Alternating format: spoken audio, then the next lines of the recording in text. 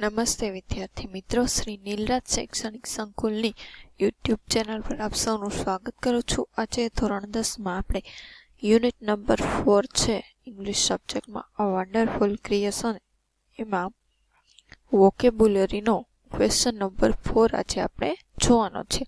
એમાં એમ કે છે match A with B to make phrases, એટલે કે વાક્ય બનાવવા માટે એ અને બી ને મેચ કરવાનું છે અને સેન્ટેન્સ બનાવવાનું છે. સેમ્પલ છે કે the engineer vent closure to the model, closure અને ટુ. પછી ટીયર ને ઓફ, ટીયર છે તેની જોડે આપણે કોને જોઈન્ટ કરી શકીએ તો કે ફોર. આપણે ચેપ્ટરમાંથી જ શોધીને લખીએ કે what are the tears for. ઓલા એન્જલે પ્રશ્ન પૂછ્યો હતો ને કે આ આંસુ શેના માટે. પછી care of, Nitin tax good care of her mother, કે નીતિન છે એના મમ્મીની સારી સંભાળ લે છે. પછી ડિટેલ્સ છે, માહિતી હોય તો શેના વિશે હોય, એટલે ડિટેલ્સ સાથે શું કરી શકીએ આપણે અબાઉટ, કે what is detail, can you, એમ આપણે કોકને કહેતા કે શું તમે મને તમારા અકાઉન્ટ વિશે માહિતી આપશો, કે તમારા એજ્યુકેશન વિશે માહિતી આપશો. તમે શું કહી શકીએ કે can you tell me the details about your education, કે શું તમે મને તમારા અભ્યાસ વિશે માહિતી આપી શકશો. પછી વર્ક્સ છે, તો વર્ક હોય તો એની સાથે વૈધો કયો તો કે વિથ, તો કે Rohit work with a lot of sincerely, કે રોહિત છે તે ઘણી ગંભીરતા સાથે કાર્ય કરી રહ્યો છે. એવી રીતે કરવાના છે વાક્ય.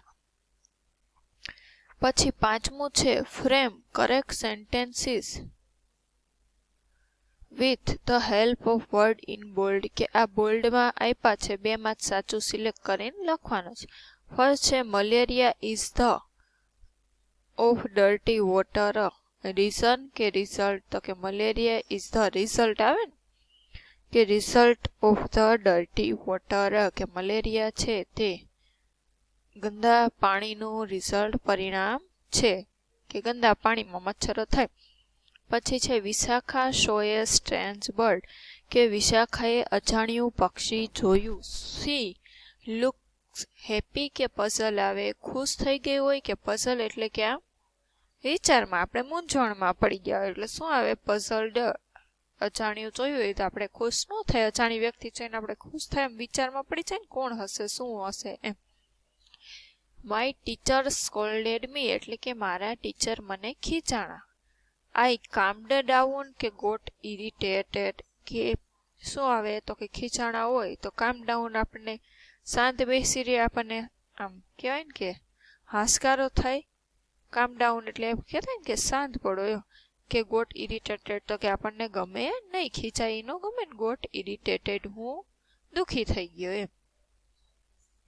પછી the topic of indirect speech was difficult, કે ઇનડાયરેક્ટ સ્પીચ, ડાયરેક્ટ એટલે કે એકબીજાની સામે સામે, અને ઇનડાયરેક્ટ એટલે કે અપ્રત્યક્ષ. ડાયરેક્ટ એટલે પ્રત્યક્ષ ને ઇનડાયરેક્ટ એટલે અપ્રત્યક્ષ, કે અપ્રત્યક્ષ વાતચીત છે તે ડિફિકલ્ટ હોય. સો ધ ટીચર કમ્પ્લેન્ટ આવશે, કે એક્સપ્લેન ઇટ 2 ટાઈમ. કમ્પ્લેન્ટ કઈ ટીચર એની ફરિયાદ 2 વાર ન કરે, શું કરે એક્સપ્લેન 2 વખત સમજાવ્યું.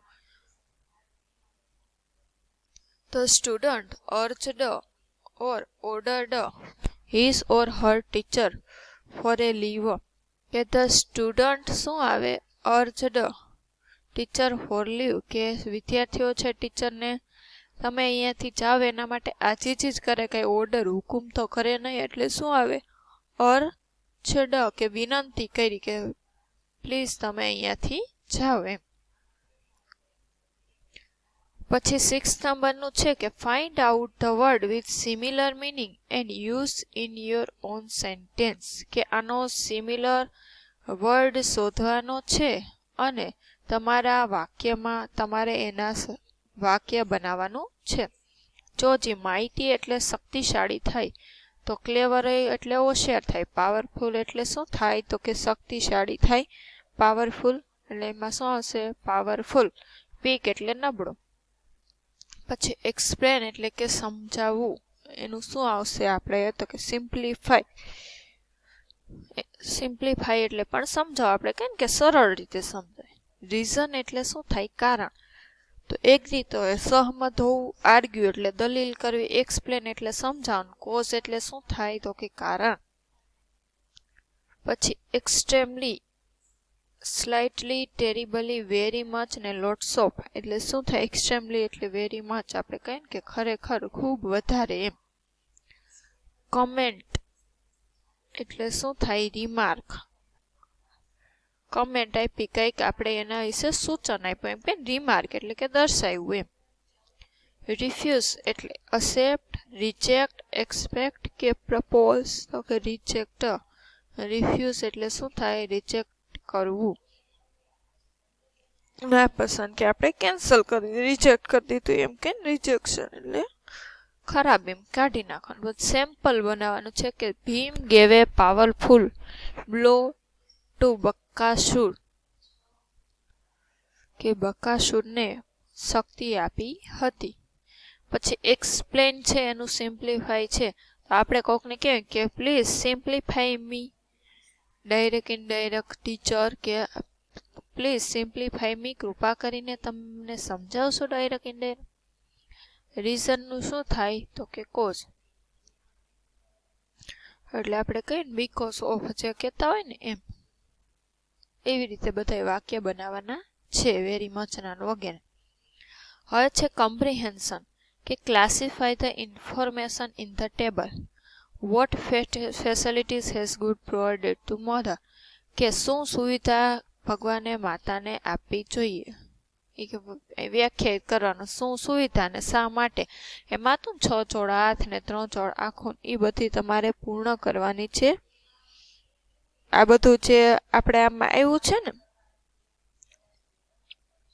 ખોડો આપ્યો છે ને પાઠમાં જે છે કે એને ખોડો આપ્યો છે, પછી મૂવેબલ, રિપ્લેસેબલ પાર્ટ એ બધું ચેપ્ટરમાં છે એ બધું લખવાનું છે કે મૂવેબલ ને રિપ્લેસેબલ પાર્ટ. પછી લેપ એટલે ખોડો કે when she get up it is disappear કે હર ચિલ્ડ્રન ખોડો તો કે એના બાળક માટે. આ બધું તમારે હોમવર્કમાં લખવાનું છે. પછી છે tick mark the most appropriate option કે સાચો જવાબ છે તે સિલેક્ટ કરીને લખો. The angel was very much eager to know કે એન્જલ એટલે દેવદૂત છે એ ખૂબ જ ઈગર એટલે કે આતુર હતો જાણવા માટે. શું તો કે vote the lord was doing કે ઈશ્વર છે તે શું બનાવી રહ્યા છે એ જાણવા માટે. શું હતું તો કે એન્જલ આતુર હતો. પછી બીજો ઓપ્શન છે કે why the creation was still imperfect કે શા માટે હજી આ સર્જન છે તે ઇમ્પરફેક્ટ એટલે કે હજુ એમાં કંઈક ઘટે છે એમ. પછી ત્રીજું છે about the details of God creation કે ભગવાનનું જે ક્રિએશન છે સર્જન એની માહિતી જાણવા માંગતો હતો. એ આન્સર આવશે. સેકન્ડ છે the lord planned to give 6 pair of hand so that she can કે 6 હાથની જોડ બનાવાય છે. શું કામ તો કે લુક આફ્ટર હર ફેમિલી એ તો નો આવે. Run her family with limited resources તો કે do the homework of her children એ પણ ન આવે. આ શું આવી તો કે ઇફિશિયન્ટલી મેનેજ હર ફેમિલી કે તેના પરિવારને સક્ષમ રીતે તે બધું સંભાળી શકે એટલા માટે 6 હાથની જોડ આપવા ઈચ્છતા હતા. બિસાઇડ્સ થિંકિંગ કે વિચારવા ઉપરાંત a mother has N ability કે બીજી કઈ એનામાં ગુણવત્તા સક્ષમતા હોય તો કે two manage all her house hold work કે બધા કાર્ય સંભાળવાનું. પછી છે ટુ આર્ગ્યુ એન્ડ કોમ્પ્રોમાઇઝ કે દલીલ કરવી અને કોમ્પ્રોમાઇઝ કરવો એ પણ એની પાસે એબિલિટી હોય. પછી what is the greatest virtue of a mother કે મોટી માતાની કઈ ગુણવત્તા છે તો કે kindness and tenderness, love for children, polite and loving nature, ability to manage all her duties કે બધા જ તેના કાર્ય સંભાળવાની એનામાં સક્ષમતા હોય છે, એબિલિટી હોય છે. પછી ક્વેશ્ચન નંબર 3 છે rewrite the text replacing the underlined word with those given in the box. કે food, pair of, hand, stand up એટલે ઊભા થવું, ટુ રન એટલે દોડવું, અ કિસ એટલે ચુંબન, અ બ્રોકન લેગ એટલે તૂટેલા પગ, ઓલ પાર્ટ્સ એટલે બધા ભાગો, રિપ્લેસેબલ એટલે બદલી શકાય, બ્રેન એટલે મગજ અને રિપેરેબલ એટલે કે રિપેર સાજા કરી શકાય. Her body should be movable and flexible. તો ત્યાં શું હશે?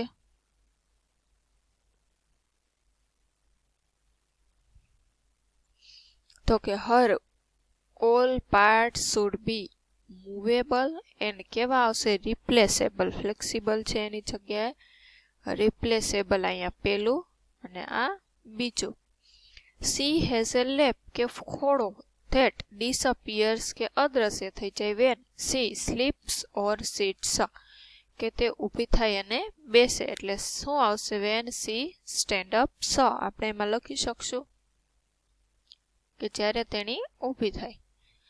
I have to put lips that can cure everything. તો લિપ્સ છે એટલે કિસ. ફ્રોમ એન ઇન્જર્ડ હેડ કે ઘવાયેલું માથું એટલે શું આવે અહીંયા? ઇન્જર્ડ બ્રેઇન ટુ માથું છે. Everything from a broken leg to broken heart કે બ્રોકન તૂટેલા હાથ પગથી લઈને માથું સાચું કરી દે એવું એક ચુંબન મૂકશું. મોરેવર જો કે સી હેઝ ટુ હેવ 6 હેડ એટલે pair of. She has a